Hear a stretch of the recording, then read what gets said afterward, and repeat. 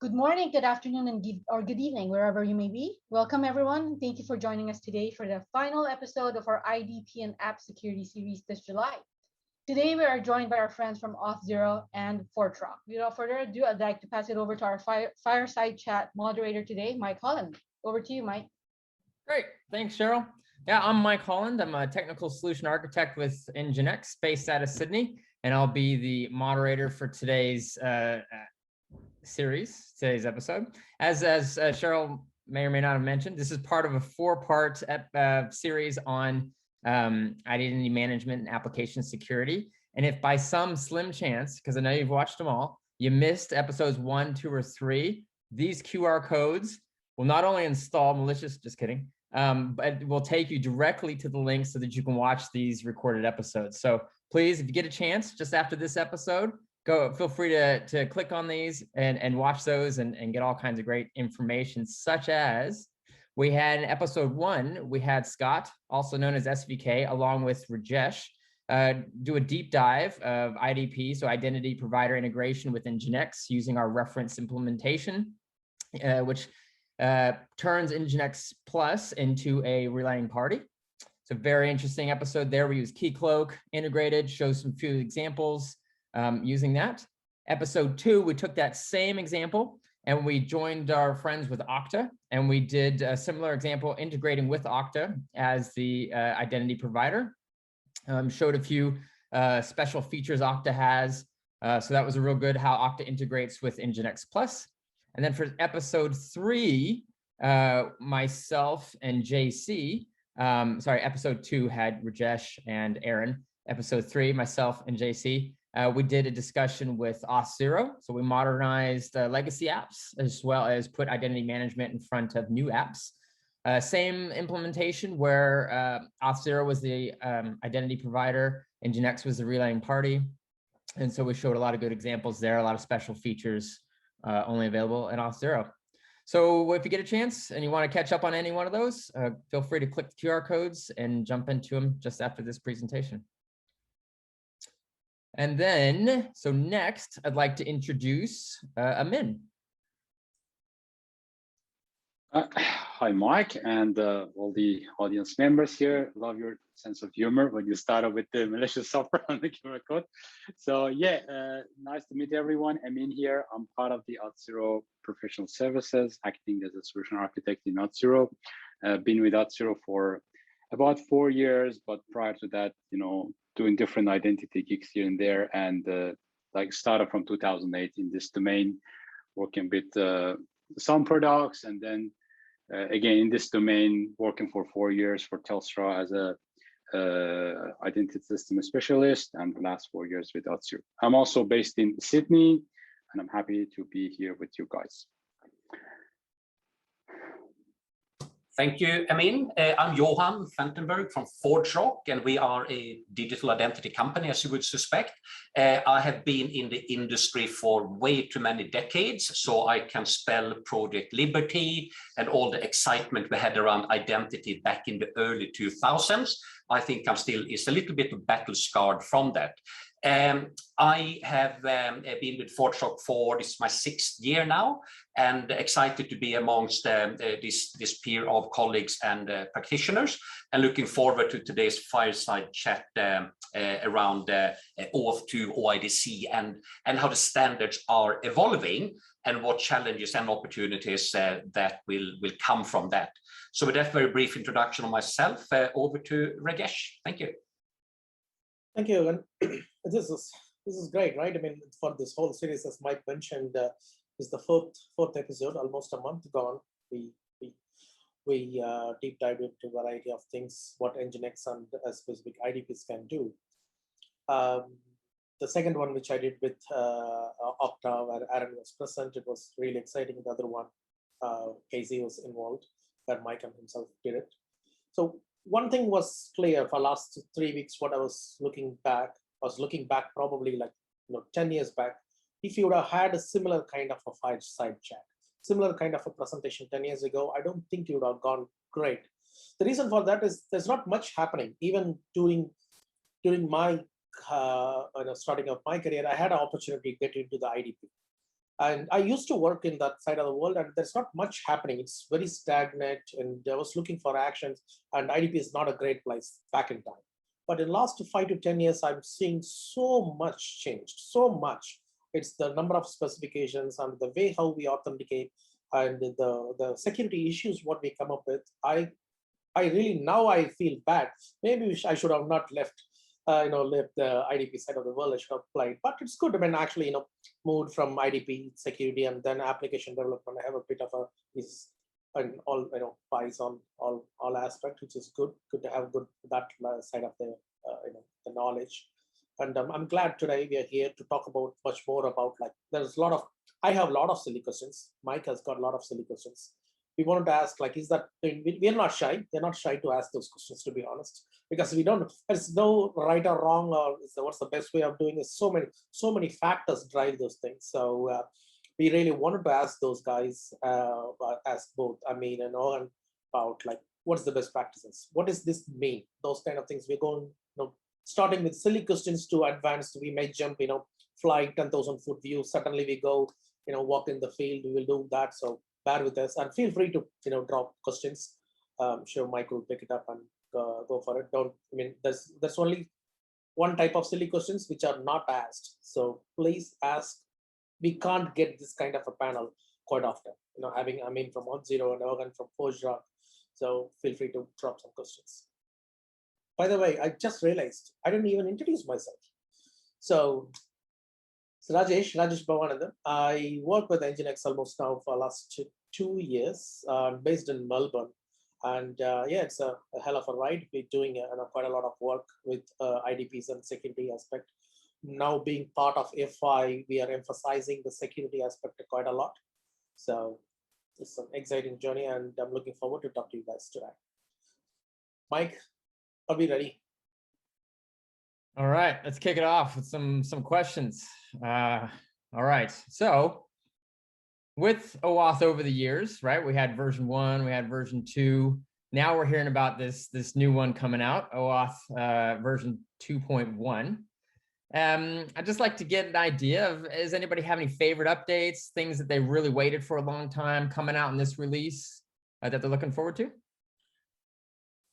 From my angle, what I really appreciate is the consolidation of all the different profiles and add-ons into one specification, right? I think that is a good sort of simplification and will help the uptake.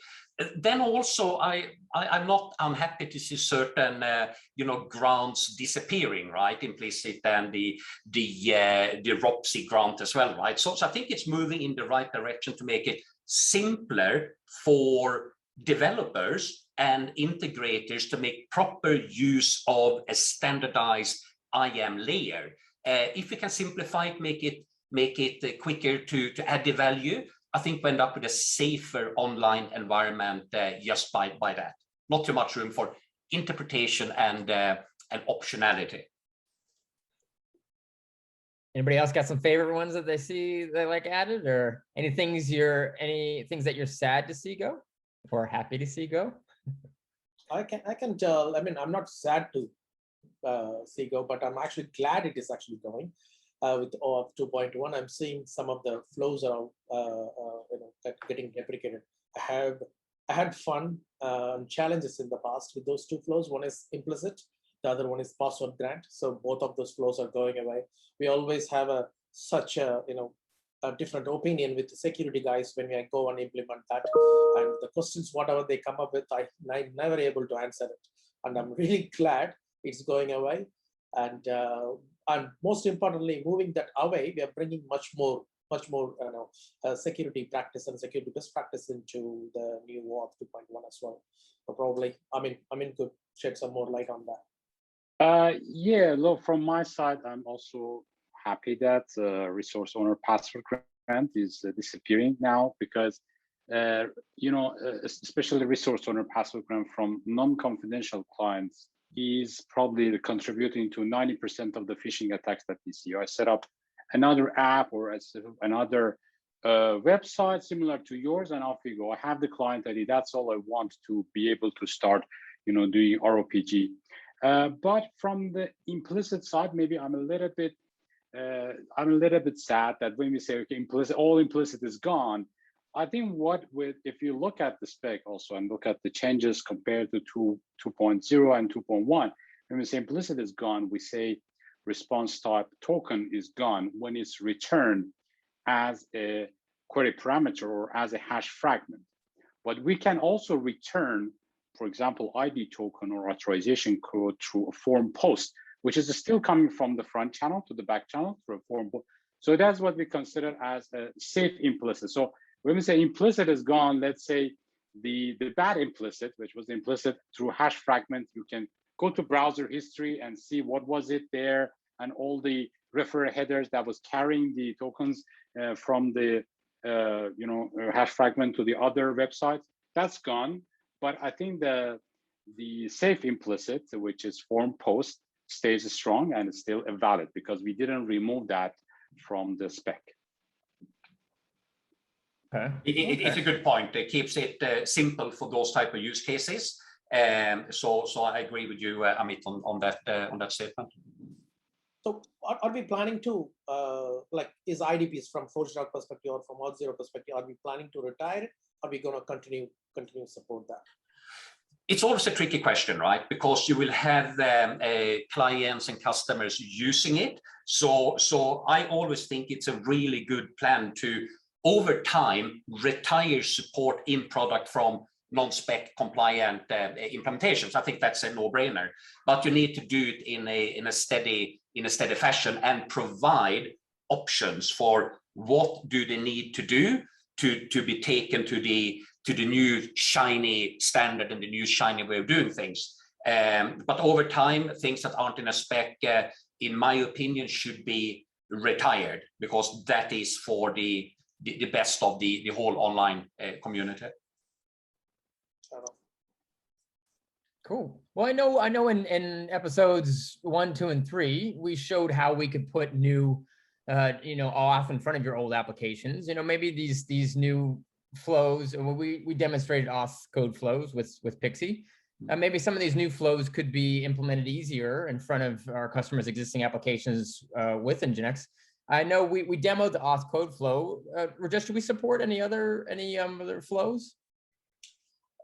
Yes, actually we do support. We actually kind of support client credential grant. On top of that, we support OAuth 2 introspection as well. So in case if the token is not a JOT token, even if it's a JOT token, doesn't matter. We can actually use an OAuth 2 introspection with Nginx to verify it against the configured IDP.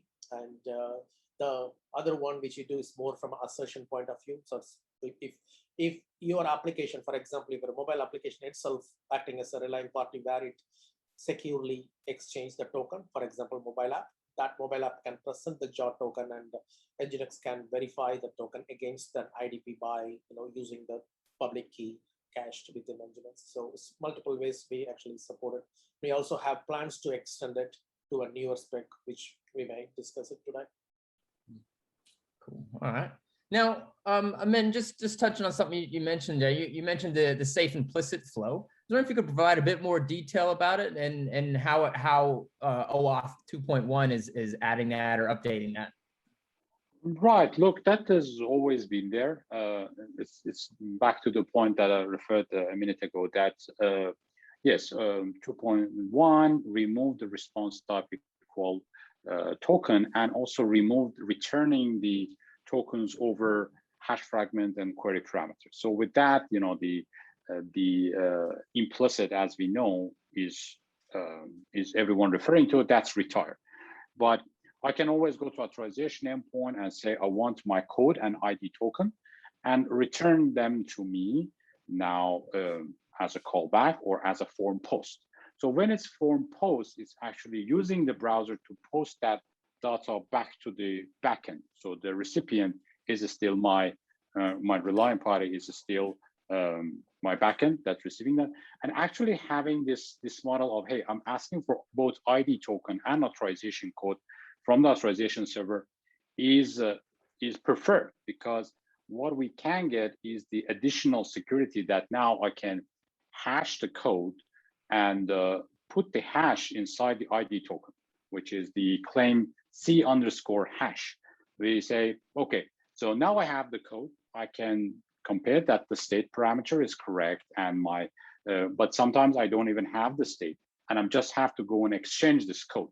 But now I have the ID token on my side to look at its C hash and make sure that this is, now I can check the validity of the ID token. And also after I verify the ID token, I can look at the inside the claim and get the C hash and compare that with my authorization code. So as long as we're doing all these checks, I think, sending the ID token and the authorization code from the front channel to the backend is still safe. Cool. Yeah. All right. Thanks for that. No worries. Let's jump to our next question, and it involves around timeouts. So any best practices, options, things you like to see as far as timeouts for as long as auth or refresh tokens should or shouldn't last? Sometimes we see regulators mandating things like CDR, Open Banking UK, that after 90 days or whatever number of days, you need to re-authenticate, right? And that is in those use cases a good practice. It can be tricky to implement at times to sort of make sure you get all of that right. So I do think that for the use cases, reasonable timeouts obviously are required, but they're not going to be the same. You can't say this time 90 days or 30 days or 1 hour or 2 minutes is the correct one. It will depend on the use case, the evaluation of the threat vectors you see, and also putting user convenience in mind as well. There are use cases where they say we will never ever after an initial login want the user to ever log in again. Just a continuous eternal flow of access tokens in continuation. So it's a balance. Cool. All right. Well, hey, so with those timeouts, are there any regulations around whether different timeout values for web apps versus maybe mobile apps versus maybe the app on your television? I can take that. I can take that and just go before, and Johan can definitely complement there.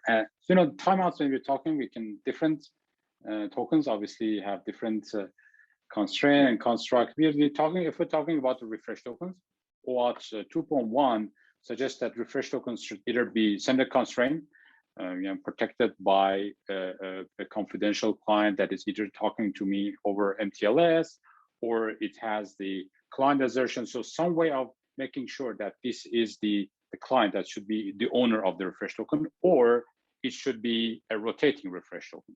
So let's say we're saying that I'm running a non-confidential client in the browser and it's using refresh tokens, then OAuth 2.1 mandates that should be a rotating refresh token. So that's about the refresh tokens. If we come to the access token, and this is the question that I hear often, that when you say lifetime, that depends on a lot of factors. We can't say access token depends on the domain, but what I've seen in the specs, some concrete value is the FAPI 1.0 baseline. This is for financial API. We suggest the access token less than 10 minutes. So we say short, and if you are in the financial domain, you can actually go to section 5.2.2 from the FAPI 1 spec and says that access token should be less than 10 minutes. ID token is a different, again, because ID token is issued for the client. It's normally used once to sign you in, and you don't need it anymore. So the lifetime of ID token shouldn't be that much of an issue, short or long, as long as you're not, you're not going too short. So the clock difference between the machines is coming to hurt you. You are in good hands. Johan, you want to add anything there? I love the way you specified the section 5.2. Bedside documentation these days, I would assume. No, so just echoing that for the refresh token, I think the model in 2.1 is very reasonable, but also it will be domain specific what you want to do with that, and you're always going to get those quirky sort of rules coming in. Access tokens, I tend to sometimes take a really extreme point of view, because it's 10 minutes, obviously, that can be a very long time, right? And again, it depends on the use, right? Sometimes you may want to have them just, depending on the deployment, the topology, and the reachability between the resource server and the resource, etc., have them really, really short. That could be, you know, a few seconds in certain type of use cases, not common ones, but they may be there. So it comes down to a risk evaluation, and obviously, again, if you want to check, is the token still valid? Is it actually valid, even if it has T12 left on it? There are use cases for that as well. So I think we need that configurability to be able to accommodate different situations well. And how long is too long and how short is too short? It depends, right? Yep. So one thing what I have noticed with the security guys talking from the past is they also demand, like, it depends on which client application you're going to send the token. They wanted to configure it in such a way. For example, some of the security guys I've spoken to, they are very adamant about not sending refresh token to web SPAs like React and Angular. Don't send React that just, don't send the refresh token. Just have a short-lived token. If they want, they let them actually come back with their valid IDP session cookie and then refresh it. Don't send refresh token. But for the mobile, that's not the case, because it's a user experience. We can't afford to lose the experience. So we tend to give the token access token to be a short term, but the refresh token can be a little higher than the access token, that they can go and refresh it. So which I find it really hard when you do based on the application, you have to go and do it. But I think the now modern application, I'm talking about like 4 or 5 years ago, it was really hard, to be honest. But now looking into the modern Auth0 and ForgeRock, I think you guys give that level of flexibility, isn't it? I can go and for each app I can specify what's going to be the expiry for my access and the refresh token. Is my understanding fair to say that? Yeah, absolutely. To be able to, for specific client, be able to really tailor the configuration that is typically obviously more restrictive than for the auth server as a whole. I think that is a table stakes type of capability today that we should exploit. And also it comes, as you're saying, with when security guys are looking at it, right? They want to refine that context as much as possible, right? And the implementations must allow for you to capture those very specific configurations, and have many of them at times as well. Cool. All right. So I mean, you mentioned a bit earlier, you mentioned FAPI, and I was interested in learning a bit more about what that is and how OAuth can help.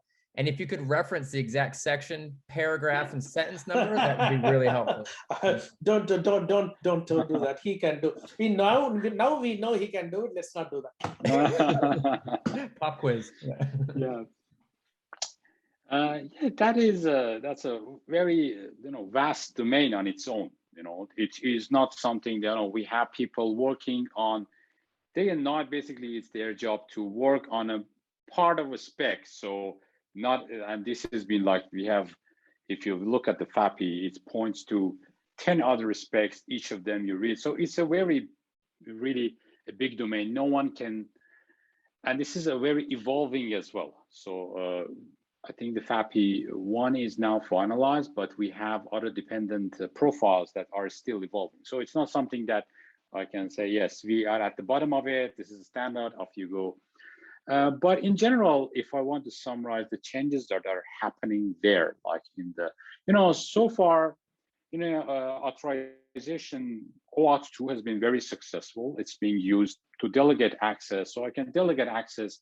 Hey, this app can tweet on my behalf, things like this. So it wasn't really that attractive for attackers. It was maybe for some attackers, but like professional hackers, they want, they're after money.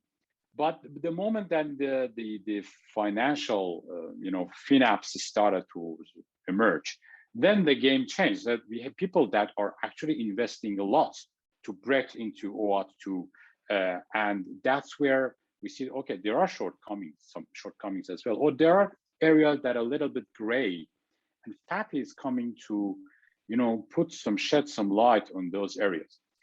And if I want to summarize, if you look at OAuth 2, the whole dance, you go to authorization server, you go in authorization code, you exchange it. This remains as is. Most of the attacks has been before this start or after this flow completed. And that's where FAPI shines. So FAPI, one, puts some structure in who can initiate the request. So we're saying that, for example, signed request. So if I'm sending an authorization request, I need to put that into a JSON object, sign it, and send the signed request. I have an authorization server, has my client's public key, I have my private key, I can sign it and send it. Or I can push this to the server, to the authorization server, which is our push power profile, that I can push the request, then I can use that reference to that request to start the flow. And after the flow completed and I get my access token back, who can use it now? So in OAuth 2, it says this is a bearer token. Whoever is in the possession is actually whoever. It's like a cache. It's like whoever has it can use it. But we're putting some constraint there as well. Okay, we're putting sender constraints, saying that not everyone can use it. This should be only this particular client, and again, it's identified by the key pair that's assigned to that client, or by mutual TLS that it is using to talk to the resource server. So I think this now, putting, and there are other things in FAPI. For example, we had like fuzzy match for the return redirect URI that is now fixed. The detached signature that I said is an optional part of the OAuth 2.1 is now mandated. Like you should use either ID token or JARM, which is the response as a JOT, again, to secure the whole flow. This gives a good platform for fintechs and financial institutes to operate on top of the OAuth 2.1. And, it's a lot of benefit for the economy. I can have open banking. I can have a lot of industries talk to each other on top of this delegation platform that we have, and it's secure enough. Just at a high level, real quick. Sorry, Hans, I didn't mean to cut you off. Just at a high level, financial grade API, what problem is it meant to solve? It is trying to create a secure platform. Go, Johan, please. No, I think I'm going to say what you're saying, just to actually create a secure environment for, and I'm going to sound a little bit marketing wise, but connected ecosystems where lots of third parties going to interact with very sensitive services from a bank. You need to make sure that the clients, the third parties, are appropriately accredited, and that the interactions are secure, and obviously that the target user, almost pun intended, but the bank customer, for example, appropriately can authorize and give the consent for interactions to happen. And the OAuth 2 specs as such, obviously the building blocks, but where FAPI really comes in, as Amit was saying, is to restrict and provide the best practice for how you should configure your auth service, what the clients can do, and what the resource service should do, etc. So it provides that common ground that that we all can agree on. And what I think is really important there is, as countries are embarking on open banking strategies or open vertical API activities in general, like CDR, open banking, and quite a bit up here in Asia, is for the regulators at the end of the day tend to own this, really agree on an international accepted base standard. I think that is another fundamental value that the OpenID Foundation brings with FAPI, and for us as vendors to comply against as much as conformance test allows you to do that. Cool. So with a standard that would be used to sit with maybe open banking? Open banking is like, it's a generic term. Like you have to take it and go to, you know, where, like if you come to Australia, it becomes customer data rights standard. So we take FAPI1, for example, customize it a little bit. That if you go to UK, it's different. If you go to New Zealand, it's different. So open banking is a general term, but different implementation in each region is different. And one more thing I want to add with FAPI, we're talking here, which is like a more secure version of OAuth 2. There's actually more responsibilities given to the relying party. Now, I'm a relying party. I have to not just send my request, but I have to just sign it. And if I sign it, I can pass it, or I can give it a reference so authorization server can come and download it from me. So that's where I think the middlewares such as Nginx can play a crucial role going forward. Like, and previously I was a relying party. I didn't even need to be internet facing. As long as I got the access token, I can validate ID token. It was fine for me. I could be even offline and have a copy of the server authorization server JWKS file, and I can easily be a good authorization recipient or relying party. But now, with these changes that's happening in FAPI world, there is more logic given to the relying party, and that's where I see, like, I'm hoping that the next version of Nginx, we see more of the responsibilities that Nginx can onboard, so I can bring my legacy applications to this new world as well. Okay. Okay. Cool. Sorry. Yes, from a FAPI perspective, it's definitely some we are doing some investment moving forward for sure, because we have a lot of partnership with the banks, so we really want to solve the problem. And as you said, it is actually region to region, it differs as well. And we have 2.0, and we were thinking about, should we actually go and bundle that with the Nginx, or should we have that as a reference implementation, so that customers who are doing, we can actually customize it in a way for each region. As you just said, for Australia it's different, for India it's different, going to UK, it's Europe specifically, it's different. So we're still working on that bit, but we are definitely having a vested interest on that particular subject. Okay. Well, I know around that implementation, we did have a question about how vendor support, product support for FAPI is nowadays. I don't know if you wanted to each discuss how Auth0 and ForgeRock are implementing FAPI or helping to implement FAPI for your customers. So we have the CDR in Australia customers, and we help them to comply with the specification. We do compliance testing on our products on OpenID Foundation, and also tracking the standards that aren't yet ratified as such. So FAPI is a key component of our industry support. Okay. Yeah. Go ahead. Yeah, look, from Auth0 side, we are still not compliant, but we are definitely working towards it, and we are making the necessary changes. So we have identified the gaps that we have, and we're working on it. The good part is actually, depend. Like if you go to FAPI2, I think we have identified less gaps, so it's actually simpler for us to go all the way to SIBA or SIBA FAPI version and FAPI2 rather than the FAPI1. But that work is definitely being done, and we're expecting to see some, good news in the coming future. And it is important to highlight as well that some of the core building blocks on RFC are not yet sort of ratified, right? So as vendors, we track that really, really closely. And then we come to a point where it's a ratified standard, then you can actually say that, now we support the ratified standard.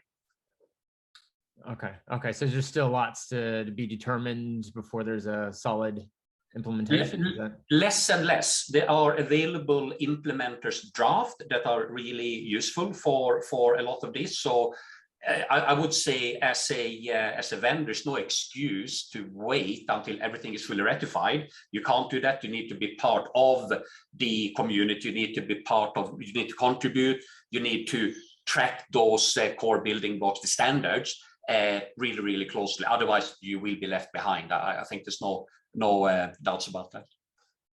No. Okay. Okay. Cool. Thanks. Just with that, I think you might have mentioned it, as the pushed authorization request, so the PAR implementation. I believe it's also a draft standard, correct me if I'm wrong, and it would play a big part in FAPI. Maybe you could give a little overview on that and how you see it being implemented going forward. Yeah, I think we see, I mean, some specifications starting to refer to PAR as well as RAR, obviously, right? But PAR as well. I think it's a quite elegant mechanism to be able to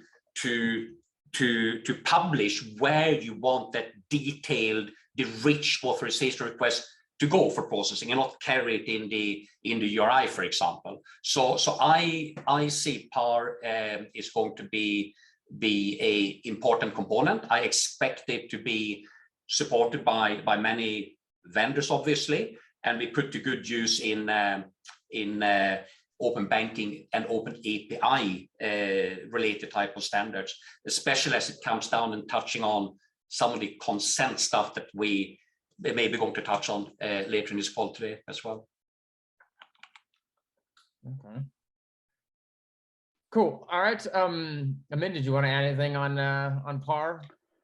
I wanted to, because we use different terms, and I wanted to maybe quickly because there are 3 terms here, and sometimes they're referred to as like the strange language. I want to just say what is, just in maybe TLDR, what is RAR, what is JAR, and what is PAR for maybe the audience that are less familiar with the topic. So let me say JAR, it is the authorization request has the JOT signed. So we sign the request and then we send it to authorization server. When we're talking about PAR, it's a pushed authentication. We push the request to the authorization server, and then we use that for initiating the authentication flow.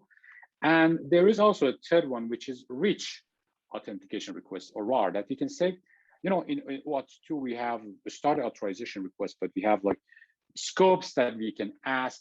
Sometimes we want to be very detailed about these scopes. Say that, hey, I want to authorize this application to, for example, initiate a transaction for X amount of dollars from bank X to Y. This kind of information, it hasn't been possible to put in the authorization request, or it has been a proprietary protocols for that. So just the 2 part has to agree. Now that's becoming under the standard that it can specify this kind of rich request. So these 3, as Johan said, I think the future, we will hear a lot about these 3 specs, 3 profiles that are being worked on heavily at the moment. And yeah, that's where I think there is a lot of development happening at the moment.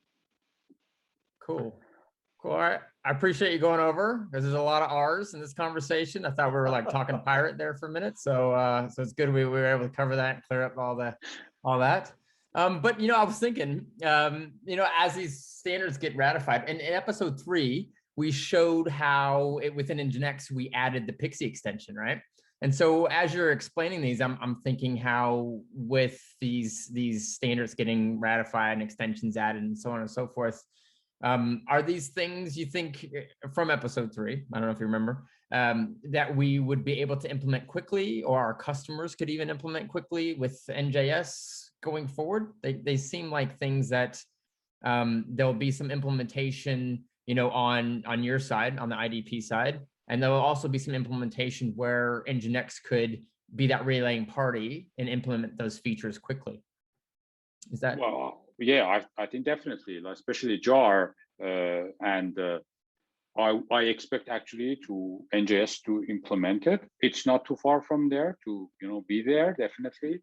And yeah, that's what I was pointing, that there is more load on a relying party now, and I can definitely see Nginx being able to carry that bulk of that load for us. I don't see any reason why not, that this could be offloaded to Nginx. All right, cool. So maybe that's going to be like episode 5 as soon as it gets standardized. Is that what we're talking about here? Yeah. Sounds good. All right, cool. Well, let's jump to the next question. Thank you for the details there. That was fantastic. So yeah, so we touched on the PAR. All right, but with that, it's like, Amin, every time you answer a question, you're like foreshadowing the next question. It's like what's going to happen next. But the next question is actually on RAR, which I believe you covered there. So I just wanted to discuss a bit of the differences, importance of coarse versus fine-grained authorization. And of course, RAR sounds like it's going to be a part of that. Yeah, so I can jump on again. Johan, I would ask you to complement your view. So, always this coarse and fine-grained, like OAuth 2 is a delegation protocol that is designed for coarse-grained access control. And I always have this debate sometimes with customers that, hey, we want to model a fine-grained authorization, how we can model that. There's no easy answer for that, and it's tough. And the example I throw, maybe I would say, hey, I'm delegating access to my printing service. Let's say I go to Kmart and I want to print, and I want to log into Google Photos to be able to print that, right? And then Google asked me, hey, do you want to authorize this application to go and access your photos? And the scope that I see is, for example, read photos. This is a very practical example. This is exactly what. Yes, I say I can access. And after I say and I consent that the printing service can go, then I go in and select the photos that I wanted them to allow to access. This is like coarse grain access, right? You never, so far, but up to OAuth 2.1, I would say, you don't see that being reflected in the scopes. You give it a scope, and then which albums or which photos. This is something that always Google Photos as the resource custodian controls, and this is outside the scope of OAuth 2. And I think that is probably gonna stay like that. They always fine-grained access control that requires so many controls that actually an unexplored area of the world. We don't have too many specs there. We have some vendors that are working in that area, but we don't have much of a protocol that tells us about the detailed fine-grained authorization. But what PAR is, RAR is helping us is to assist us to model that on top of OAuth 2. So now I can send a request and I have a detailed consent. Hey, you want to consent operation X against photo Y, yes or no? And that's where, for the first time, we can see that OAuth is offering us something that can help us in the course in fine-grained authorization. I think it's a great example. I mean, and it's very close to truth, right? With RAR coming, at least we get the mechanism to capture the model, the intended model of what someone wants to give a consent to access, like a photo or an album or an account or a piece of detail, but it will not complete the picture. It won't automatically sort of help you with the finer grained access control of that request, because that's a layer below that. And I see in general, when we talk about the scopes and fine and coarse grained authorization, it is only half at best of the picture. What we're missing in a way is the way to convey how does that marry up with where the underlying resource, for example, gets its view of how to access a file or a photo, etc. So it's a complex picture. I think there will be a few years until we can express that integrated view easily, so that an authorization server can issue something that is completely meaningful for a resource server all the way down to the actual resource that you're talking about.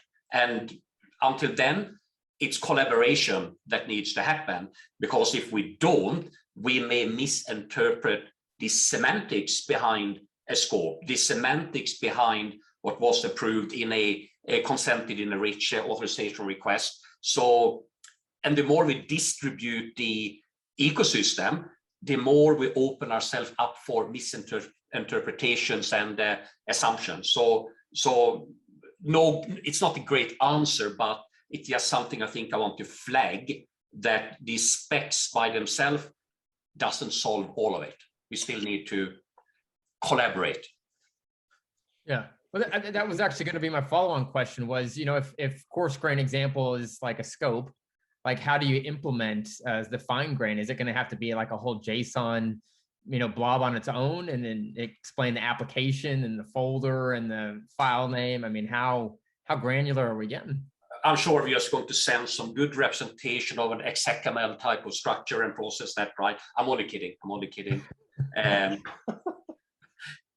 No, it's tricky, right? Because one, as an authorization server, you actually don't know what is the structure of the actual resource. What is the capability? Is it a simple like a operating system, just providing file access, or is it a database that has some finer grain mechanism to gauge access? So it's a tricky one. It's open-ended, but we are moving in the right direction. Now we can capture, and then as we can capture things, then we can start to process it in a more structured and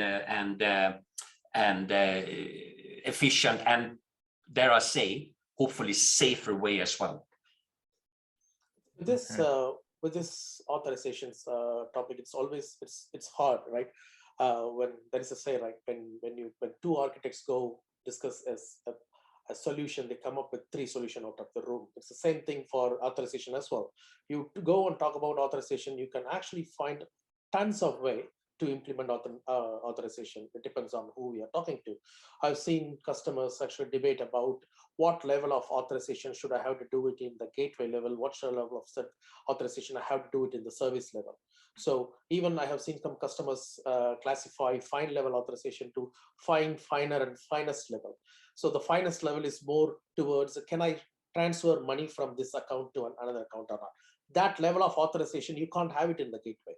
That level of things, you can't bring it in the token. So where do we have this one? So that's why I think I think jokingly mentioned about SACML, but I have seen some customers actually using those policy servers, SACMLs. And these days I'm seeing OPA, Open Policy Agents, is also playing a vital role on defining like a dynamic level authorization. So it's I'm really glad this rare thing is coming, because at least we have some kind of a guardrail, because people can go and do whatever they want as of now. They can implement it on the gateway, or do it on the things, on how they're obtaining it. It's all over the place. I think at least this would put something in the shape to move forward. I mean, they're great points, and I also think it has merit to push as much of the authorization as you can to the edge, because you provide that in a way defense in depth, right? Something's not right, the certificate's not valid, well, block it, you shouldn't even get in, right? So I think that's just a good merit what you're describing. It's actually also it triggers me a question, because this is another thing which I always get talking to customers. Where do I store those data? Should I store those level of authorization data within IDP, or should I actually keep it separate so that I can actually use some kind of a authorization server to get that information?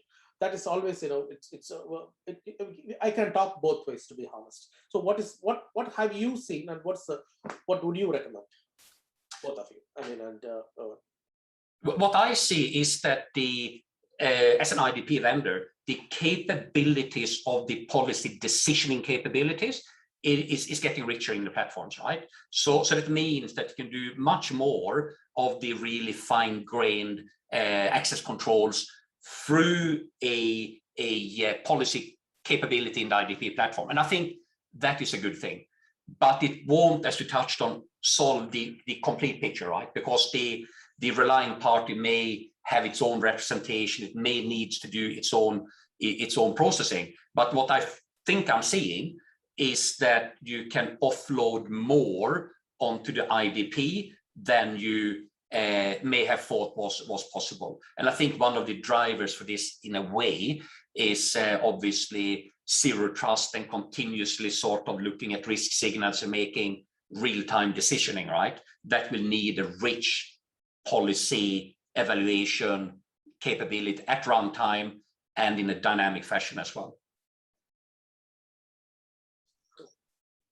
I can quickly add to another profile in the same topic, Raj, that you mentioned, another profile. So, historically, like in the past, before cloud and these authorization servers in the cloud were a thing, normally the authorization server and resource server were co-located. They were at the one's organization that had both the authorization server and the resource server.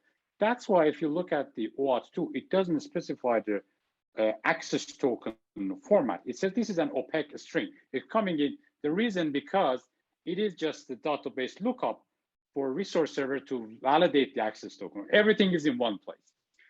And then now we started going to the cloud. People started to build an authorization server in the cloud. Said, hey, I need a format to issue an access token for introspection. You don't need to call me.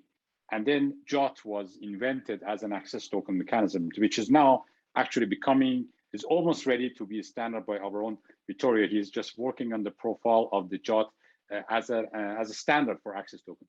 But what has happened is that because now people can put things in the JOT, it's not an opaque. Now some people overuse it to say, okay, let me put everything. Let me put like the users, HR groups and then we have another problem, which we end up in the JOT, which is like 4K, 5K. Please don't do it. Like this is designed for coarse grain versus fine grain. Like as Raj and Johan mentioned, this is designed for the coarse grain. Put the scopes there, stick to the like reasonable size, and do your fine grain authorization in your own resource server side, and don't use authorization server for this purpose. I heard someone saying for that particular reason, why are you putting so much information into JOT? We wanted our application to be stateless. We don't want to go and connect. Okay. So it says, I couldn't say for 1 second I was stuck. Yeah, you're right, but that's you cooked too much. So yeah, that's an interesting one too. Yeah, cool.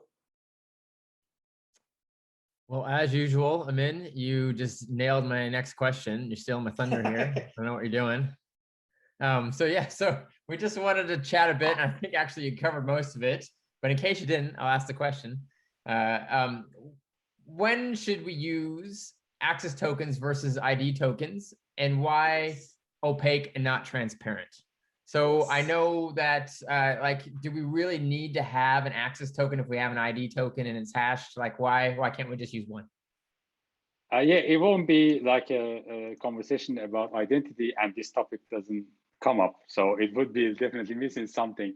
I was like pretty sure that it's gonna come up. That's why I visualize it. I put an access token and ID token. Can I share my screen here and for a second? I know you guys are presenting, but let me just try to share my screen. So is that okay? Can you see my screen? Yeah. Looks good. Yeah. I put an access token and ID token side by side. Look, first of all, we know, let's say for ForgeRock or Okta, these authorizers, they're issuing a JOT access token. But depending on who is looking at it, if I'm a reliant party, if I'm a recipient of the ID token, I can open the JOT and look inside it. But for me, access token is opaque string. I should not look at it, right? Although I know the form. And then when I send this to a resource server, then resource server can look at the access token. But for a second, let's put them side by side. And is the font size really good enough, Mike? No, it's good. Readable? It's good. It's good. Yeah. So look, people that use ID token as a bearer token, let's see what are the issues. Like in here, if you look at the ID token, this includes my profile information, like my personal information, PII, and sometimes you don't want to export. But that is like, let's ignore that for a second. Let's say we can. If you look at in ID token, we don't have any concept such as a scope, right? I'm not sure I have authorized you for what you can do with this. In access token, we have a concept of a scope. So I have authorized you to do X on my behalf as a resource. That construct is just not present. And then we have the audience. So say, this is for a particular API or resource server that's going to receive. Again, in here, the audience is the client itself. It's a client ID. So Yeah, client ID, I can look at it. But if I send it to someone else, they are not the audience of that. So that's why we use access token, because it has this construct built into it. It has the audience. Okay, this is the API or resources that I am authorized to access, and these are the scopes that I have that the user consented and granted to me, and I'm carrying forward, and I can operate on their behalf. There are other similarities, like both of them carry who is the issuer that I put in the queen. Okay, issuer is the same authorization server. Sub, which is who is the user ID, they might be the same. And this is like this nonce. Again, this is an important thing, because when we send the nonce, we receive, and this is a mechanism to prevent replay attacks. Nonce is a part of OpenID Connect spec. We don't have such a construct in access token. I can use access token as many times as I want. There is no replay protection by definition. And depending on which flow you're going, this is that detached signature that I referred to. If I'm getting also an access token, I can get a hash of that. Or if I'm getting if I'm doing a PXE, and I can get a hash of state, or I can get a hash of my authorization code as S hash or C hash, and I can use ID token to validate my access token that I've got. But after that, I can go and use my access token. I hope this was a bit of a visual, good presentation of comparing these two side by side. Johan, anything you want to add on this picture while I have it? No, I think you and I are facing exactly the same dialogues many times, right, with customers and prospects and peers, right? I think it's really, as you so well put it, they have different type of scopes, pun intended, from a usage point of view, and they've been designed for that. So use access token for what access tokens are meant to be used for. Do not overload your ID token and use that for access decision. At the same time, many platforms allow you to customize your access token, add things in there. Don't add things in there that shouldn't be there, right? Only add things that enhances and make the access decision better. Nothing else. That's all there should be. And I think, Amit, it's a good point you brought up around, about the PII data. We see in that in like CDR and similar, right? That you need to control that, right? And if you start to use inappropriate structures, passing them around for whatever reason, it's not a good situation that you end up being in. So use it for what it was intended to be used. ID token, the audience is the client. The access token, audience is the resource, the API that you want to access. All right, I stop my share, Mike. This will also goes back to the spec as well, right? In one of the argument I have seen, some of the customers have told me, and even some of my friends told me, that spec never dictated me that you should not use ID token. So it's a thin line in the spec as well. It was not explicitly mentioned that you shouldn't do it or you must not do it. So that is also giving them a leverage. Since they didn't say it, I'm going to use it. Yeah. So. Standardization language is almost like a poetic art form, right? Isn't it? So maybe that part, the conference was agreed, wasn't at a sufficiently great location, and they just forgot about it, right? So, but no, I agree. Standards are beautiful, and there's so many ways you can interpret them, and that's the problem with them, right? So I'm all for getting very precise profiles. Be clear on the language, be clear on the intent. That makes for much better use. Cool. All right. Well, we are almost at the end of the hour here. And I believe somebody on this call wants to do a shameless plug for an amazing event that's coming up. Maybe Cheryl, you'd like to take this opportunity to do that.